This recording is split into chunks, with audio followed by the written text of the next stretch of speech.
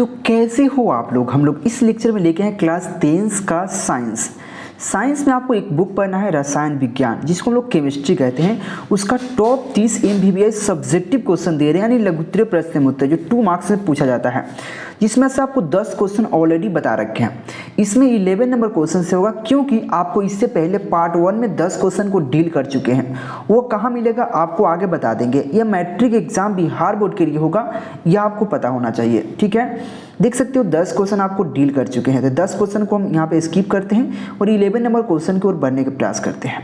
तो 11 नंबर जो क्वेश्चन आपके सामने इस प्रकार से है, ठीक है। क्वेश्चन क्या है यहाँ पे, इससे पहले वाला जो लेक्चर है आपको डिस्क्रिप्शन में मिल जाएगा, या आई बटन पे मिल जाएगा, या आपको टेलीग्राम पे मिल जाएगा, ठीक है। आप लोग जाकर देखने का प्रयास कीजिएगा। KKG स्टडी चैनल को सब्सक्राइब करके प्लेलिस्ट में जाकर देख सकते हैं।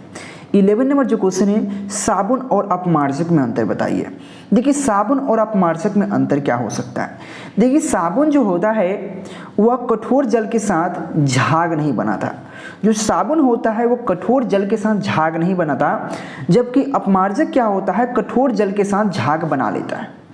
यानी कि अपमार्जक कठोर जल के साथ भी वो झाग बना सकता है या बना लेता है, लेकिन साबुन जो होता है वो कठोर जल के साथ झाग नहीं बनाता। ये जरूर ध्यान में रखना। सेकेंड पॉइंट आता है, साबुन में जैव अपघटित हो जाता है। साबुन से होता है क्या, जैव अपघटित हो जाता है, लेकिन कुछ अपमार्जक का जैव अपघटित नहीं होता है। यानी कि कुछ अपमार्जक ऐसे हैं जिसका जैव अपघटन नहीं होता है, लेकिन साबुन में सभी का जैव अपघटन हो जाता है। ये सेकेंड पॉइंट था। थर्ड पॉइंट की बात कर ले तो थर्ड पॉइंट आपके सामने इस प्रकार से होगा।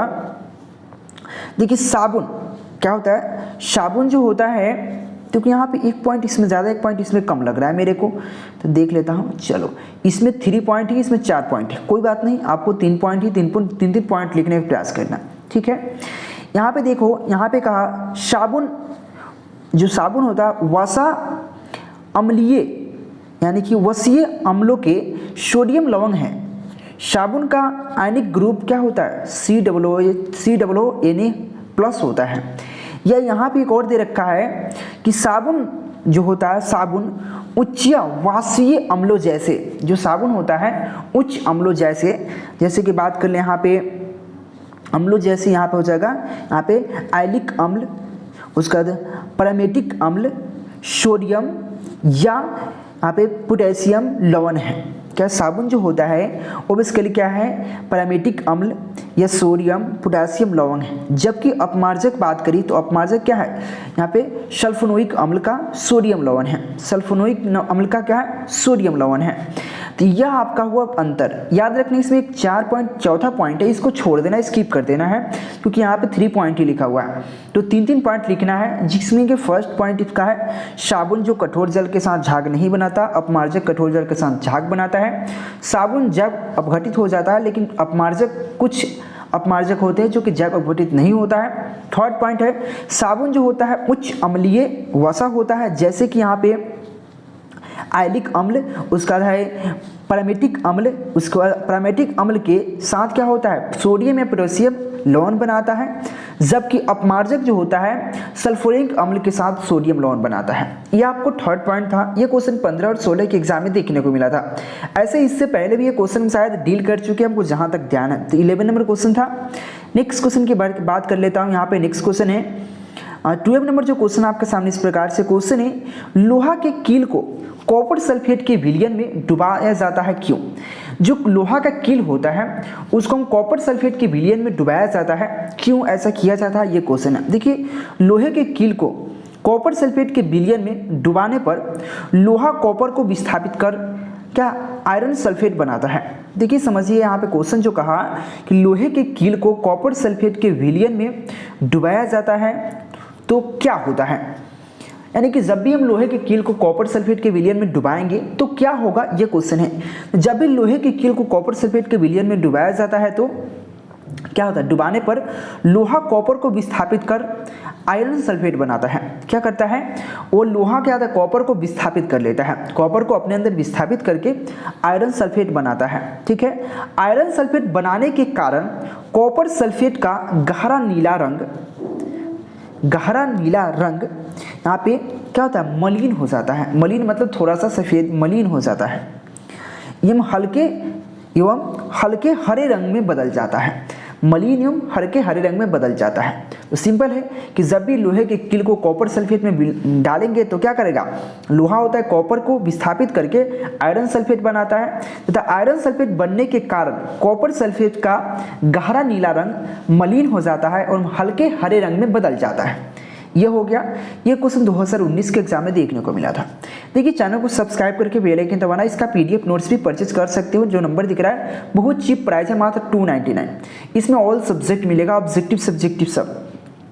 13 नंबर जो क्वेश्चन है, अम्ल का जलीय विलयन विद्युत का चालन करता है क्यों। देखिए अम्ल जल में घुलकर क्या बनता है, आयनों का निर्माण करता है। जो अम्ल होता है वो जल में घुलकर क्या करता है, आयन का निर्माण करता है। किसका निर्माण करता है, आयन का निर्माण करता है, जो धनायन एवं ऋणायन रूप में होता है। यह धनायन हो सकता है या ऋणायन हो सकता है, यह दोनों हो सकता है। तो यहाँ अम्ल जल में घुलकर आयन क्या होता है, आयनों का निर्माण करता है, जो धनायन एवं ऋणायन रूप में होता है। इसलिए अम्ल का जलीय विलयन विद्युत का चालक होता है, यानी कि उसमें विद्युत को करंट को प्रभावित कर सकते हैं। ये क्वेश्चन 2012-2014 के एग्जाम में पूछा गया था, मोस्ट इंपॉर्टेंट क्वेश्चन है। नेक्स्ट क्वेश्चन आपके पास यहाँ पे 14 नंबर जो क्वेश्चन कहा, H+ आयन की सांद्रता विलयन, H+ आयन की सांद्रता का विलयन की प्रकृति पर क्या प्रभाव पड़ता है। समझिए यहाँ पे H+ आयन की सांद्रता का विलयन की प्रकृति पर क्या प्रभाव पड़ता है। अगर H+ आयन की जो सांद्रता है, अगर उसके विलयन पर क्या प्रभाव पड़ेगा, विलयन का जो नेचर है, प्रकृति है, उस पर क्या प्रभाव पड़ेगा, इसके बारे में बताइए आप क्या प्रभाव। देखिए किसी विलयन में H+ आयन की सांद्रता का प्रभाव विलयन की प्रकृति पर भी पड़ता है। यानी कि किसी भी विलयन, कोई भी विलयन होना चाहिए, किसी का विलयन चीनी पानी का हो, नींबू घोल, किसी का हो सकता है, ठीक है। तो किसी विलयन में H+ आयन की सांद्रता का प्रभाव विलयन की प्रकृति नेचर पर भी पड़ता है। यदि जलीय विलयन में H+ आयन की सांद्रता अधिक होगी तो विलयन की जो विलयन है अधिक अम्लीय होगा। अगर समझिए यहाँ पे, अगर यदि जलीय विलयन में H+ आयन की सांद्रता अधिक होता है या अधिक होगी तो वह विलयन अधिक अम्लीय होगा। और यदि विलयन में H+ आयन की सांद्रता कम होगी तो वह विलयन कम अम्लीय होगा। सीधा तौर पे निकल के आया कि किसी विलयन में H+ आयन की सांद्रता का प्रभाव उसकी प्राकृतिक पर भी पड़ता है। ये तो कंफर्म हो गया, पड़ता है। तो यह क्या प्रभाव पड़ता है, यदि जलीय विलयन में H+ आयन की सांद्रता अधिक होती है तो वह विलयन अधिक अम्लीय होता है, या यदि विलयन में H+ आयन की सांद्रता कम होती है तो वह विलयन कम अम्लीय होता है। यह क्वेश्चन जरूर याद रखना, यह बीएससी के 2014 के एग्जाम में पूछा गया था। चलिए नेक्स्ट क्वेश्चन की बात करते हैं। नेक्स्ट क्वेश्चन आपके सामने 15 नंबर जो क्वेश्चन है, वन संरक्षण हेतु आवश्यक कदम क्या है। देखिए हम वन का संरक्षण कैसे कर सकते हैं, उसके लिए क्या हम कदम उठा सकते हैं। ऐसा नहीं कि पैर से चलकर कदम उठाना है, नहीं, उसके लिए हम क्या कर सकते हैं। कदम उठाना मतलब उसके लिए क्या आवश्यक हम उपाय कर सकते हैं, कदम उठा सकते हैं। तो सबसे पहला बात, निश्चित रूप से प्रतिवर्ष वृक्षारोपण करना, यानी कि निश्चित रूप से प्रतिवर्ष वृक्ष को रोपना। क्या करना है, वृक्ष को रोपना है, साथ में उससे सदा संरक्षित करना। ऐसा नहीं कि वृक्ष को रोप दिए और ना पानी डाल रहे, ना खाद डाल रहे, ना उसको संरक्षित कर रहे हैं, ना बकरी से बचा रहे हैं, उसको जो आ रहा है उसको तूरफाड़ कर दे रहा है, नहीं, उसको संरक्षित भी करना है और साथ में निश्चित रूप से प्रतिवर्ष वृक्षारोपण भी करना है। पेड़ को रोपना है और उसको सुरक्षा भी रखना है। यह हम कदम उठा सकते हैं और पेड़ों की कटाई पर रोक लगा सकते हैं। अच्छा, अवैध पेड़ जो होता है, जिसका अभी पेड़ नहीं हो पाया है, वो अभी बढ़ेगा, उसको काटने से रोकना है। यह बेसिकली था आपका वन वृक्षारोपण या वन सुरक्षा हेतु आवश्यक कदम। ये क्वेश्चन बीएसवी के 2022 के एग्जाम में देखने को मिला था। नेक्स्ट क्वेश्चन देख सकते हैं, 16 नंबर जो क्वेश्चन आपके सामने क्वेश्चन है कि यहाँ पे जल की अनुपस्थिति में अम्ल का व्यवहार अम्लीय क्यों नहीं होता। अगर जल नहीं हो, अगर अम्ल में जल नहीं हो, यानी कि जल की अनुपस्थिति, यानी कि ऑब्सेंट, यानी कि अनुपस्थिति मतलब नहीं होना, तो जल की अनुपस्थिति में अम्ल का व्यवहार जो होता है अम्लीय क्यों नहीं होता। अम्ल होता है लेकिन अम्लीय नहीं होता क्योंकि उसमें जल नहीं है। तो जल का व्यवहार में जल की अनुपस्थिति में जो अम्ल है उसका व्यवहार अम्लीय नहीं होता है, या अम्लीय क्यों नहीं होता है इसका रीजन बताना है। तो अम्ल जल में घुलकर हाइड्रोजन आयन उत्पन्न करता है। जो अम्ल होता है वो जल में घुलता है तो वह हाइड्रोजन आयन को उत्पन्न करता है। क्या करता है? हाइड्रोजन आयन उत्पन्न करता है। हाइड्रोजन आयन उत्पन्न करने के कारण अम्लीय व्यवहार उत्पन्न करता है। क्या जैसे ही हाइड्रोजन उत्पन्न करेगा, हाइड्रोजन आयन उत्पन्न करेगा, करने के कारण क्या होता है? अम्लीय व्यवहार। क्या कहा? अम्लीय व्यवहार उत्पन्न करता है। क्या करता है? अम्लीय व्यवहार उत्पन्न करता है। जल की अनुपस्थिति में हाइड्रोजन आयन नहीं बनाता। अब जहाँ पे जल ही नहीं होगा तो हाइड्रोजन आयन कैसे बनाएगा? जब हाइड्रोजन आयन नहीं बनाएगा तो वह अम्लीय व्यवहार कैसे करेगा? वही कहता है, यही कारण है कि जल की अनुपस्थिति में अम्ल का व्यवहार अम्लीय नहीं होता। क्वेश्चन समझिए, जल में या अम्ल में जल घुलकर क्या बनाता है? हाइड्रोजन आयन उत्पन्न करता है, यानी कि H+ आयन उत्पन्न करता है, यानी कि हाइड्रोजन आयन उत्पन्न करता है। हाइड्रोजन आयन उत्पन्न करने के कारण अम्लीय उत्पन्न करता है, अम्लीय व्यवहार उत्पन्न करता है। यानी कि जब अम्ल में हाइड्रोजन आयन उत्पन्न होगा तब वह अम्लीय व्यवहार करेगा। और जल की अनुपस्थिति में हाइड्रोजन आयन नहीं बनता है, यही कारण है कि जल की अनुपस्थिति में क्या होगा? अम्ल का व्यवहार अम्लीय नहीं होता है। समझ गए? ये क्वेश्चन 2018, 2019, 2023 के एग्जाम में देखने को मिला था। नेक्स्ट क्वेश्चन देखो, यहाँ पे 17 नंबर जो क्वेश्चन है, क्वेश्चन कहा अम्लों के साथ धातुओं के ऑक्साइड की अभिक्रिया कैसे होती है? यानी कि अम्लों के साथ धातुओं की ऑक्साइड की अभिक्रिया कैसी होती है, यह क्वेश्चन कहा गया है। तो धातु की ऑक्साइड क्षारीय प्रकृति होता है। ये सबको पता है कि धातु के ऑक्साइड जो होता है वो क्षारीय प्रकृति का होता है, जो अम्लों से अभिक्रिया कर लवण तथा जल बनाता है। जो अम्ल से अभिक्रिया करके लवण एवं जल बनाता है। तो याद रखना, धातु के ऑक्साइड क्षारीय प्रकृति होने के कारण क्या प्रकृति होता है? क्या होता है? क्षारीय प्रकृति का होता है, जो अम्लों के साथ अभिक्रिया कर लवण एवं जल बनाता है। तो ये कहता है अम्लों के साथ धातुओं की ऑक्साइड की अभिक्रिया कैसी होती है? तो क्या होता है? आपको पता है धातु का ऑक्साइड जो होता है क्षारीय प्रकृति का होता है। जैसे ही अम्ल से अभिक्रिया करेगा तो क्या बनाएगा? लवण एवं जल बनाता है। समझ गए? नेक्स्ट क्वेश्चन देख लो। यहाँ पे नेक्स्ट क्वेश्चन 18 नंबर जो क्वेश्चन है, ताजे दूध का pH मान 6 होता है। दही बनने पर इसके मान में क्या परिवर्तन होता है? यानी कि जो ताज़ा दूध होता है उसका pH वैल्यू 6 होता है। क्या होता है? pH वैल्यू 6 होता है। दही बनने के बाद उसका pH वैल्यू में क्या परिवर्तन होता है, ये क्वेश्चन कहा गया है। और आपको पता है 7 जो वैल्यू होता है वो वाटर यानी कि जल का वैल्यू होता है, उदासीन। ठीक है, देखिए ताजे दूध का pH मान 6 होता है, परंतु दही बनने पर लैक्टिक अम्ल की मात्रा बढ़ जाती है। उसमें क्या होता है? लैक्टिक अम्ल की जो मात्रा है वह बढ़ जाती है, अतः दूध से दही बनने पर pH मान 6 से कम हो जाता है, क्योंकि वह अधिक अम्लीय हो जाता है। यानी कि सीधा तौर पे है 7 से ज़्यादा वो क्षारीय है, 7 से कम है वो अम्लीय है। तो जैसे ही ताजे दूध का pH वैल्यू 7 है, 6 है, ये आपको सबको पता है होता ही है, परंतु दही बनने पर क्या होता है? उसका जो लैक्टिक अम्ल, उसमें लैक्टिक अम्ल की जो मात्रा है वो अधिक हो जाता है।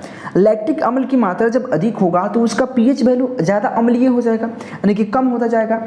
अतः दूध से दही बनने पर pH मान 6 से कम हो जाता है। समझ गए? चैनल को सब्सक्राइब करना है, बेल आइकन दबाना है, क्योंकि यहाँ पे डेली बेसिस पे क्लासेस चलता है जिसमें आपको ऑब्जेक्टिव, सब्जेक्टिव, लॉन्ग सब कुछ मिलता है। यहाँ पे 19 नंबर जो क्वेश्चन है, धोने की सोडा का उपयोग बताइए। जो हमारा सर्फ होता है जिसको हम धोने का सोडा बोलते हैं, जिसका सर्फ में यूज़ क्या कर सकते हैं? कपड़ा धोने में कर सकते हैं। देखिए यहाँ पे घरों में सफाइयों के लिए वॉशिंग सोडा का उपयोग होता है, जिसको हम लोग धोने के सोडा को वॉशिंग सोडा भी कहते हैं। वॉशिंग सोडा कहाँ उपयोग होता है? घर की सफाई या घरों की सफाइयों के लिए वॉशिंग सोडा का उपयोग करते हैं। यहाँ पे पेट्रोल को शुद्ध करने के लिए वॉशिंग सोडा का उपयोग करते हैं। कांच, साबुन, कागज उद्योग में भी वॉशिंग सोडा का उपयोग होता है। क्या कहा? सबसे पहले बात, घर में सफाई के लिए वॉशिंग सोडा का उपयोग होता है। सेकेंड है यहाँ पे पेट्रोल या पेट्रोलियम को शुद्ध करने के लिए वॉशिंग सोडा का उपयोग करते हैं। कांच, साबुन एवं कागज़ का उद्योग में जो काजक बनते हैं, कांच बनते हैं, साबुन बनते हैं, वहाँ पे वॉशिंग सोडा का उपयोग किया जाता है। तो समझ के चैनल को सब्सक्राइब करना, बेल आइकन दबाना, साथ में टेलीग्राम ज्वाइन करना, PDF नोट्स के लिए कॉन्टेक्ट कर लेना। नेक्स्ट क्वेश्चन यहाँ पे क्वेश्चन क्या है, यहाँ पे क्वेश्चन है प्लेटिनम, सोना, चांदी का उपयोग आभूषण बनाने में क्यों किया जाता है। क्वेश्चन है यहाँ पे प्लेटिनम, सोना, चांदी का उपयोग आभूषण बनाने में क्यों किया जाता है। देखिए आपको ऑलरेडी पता है ऐसे तत्व या ऐसे धातु का उपयोग करेंगे आभूषण बनाने में जो हमेशा चमकता रहता है। देखिए पोटासियम, सोना, चांदी क्या होता है, सोना चांदी बहुत कम अक्रियाशील होता है, यानी कि यह किसी से अभिक्रिया नहीं करता, यह किसी से भी अभिक्रिया नहीं करता है, किसी से भी क्या क्रियाशील नहीं होता है, बहुत कम अभिक्रियाशील होता है, किसी से अभिक्रिया जल्दी नहीं करता। वही कहा पोटेशियम, सोना, चांदी बहुत कम अभिक्रियाशील धातु है। इसकी चमक तेजी होते हैं, इसका जो चमक होता है वो काफ़ी तेज होता है, बहुत ज़्यादा चमकीला होता है। बहुत पुराने हो जाने पर भी, यानी कि बहुत पुराने हो जाने पर भी ये चमकते रहते हैं। ये क्या होता है, चमकते रहते हैं।